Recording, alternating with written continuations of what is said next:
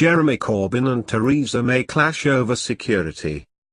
Jeremy Corbyn has said Theresa May should pay a price in Thursday's general election for ignoring repeated warnings not to cut police numbers.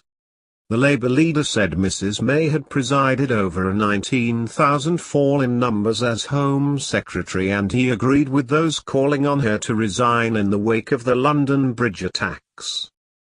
But the PM said she had protected counter-terror police numbers. And she accused the Labour leader of opposing shoot-to-kill powers.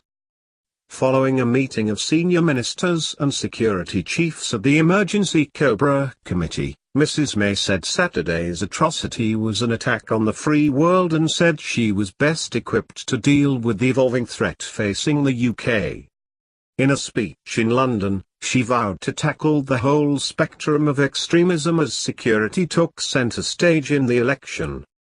She defended her record on security over the past 7 years in the face of criticism that she had presided, as Home Secretary, over a fall of 18,991 in police numbers between September 2010 and 2016, and accused officers of crying wolf over their capabilities, saying leadership was absolutely vital for keeping the UK safe. She said Mr Corbyn had boasted of opposing every single piece of counter-terrorism legislation and had voiced his opposition to shoot-to-kill powers, saying the response of the police to Saturday's attack showed how vital these were.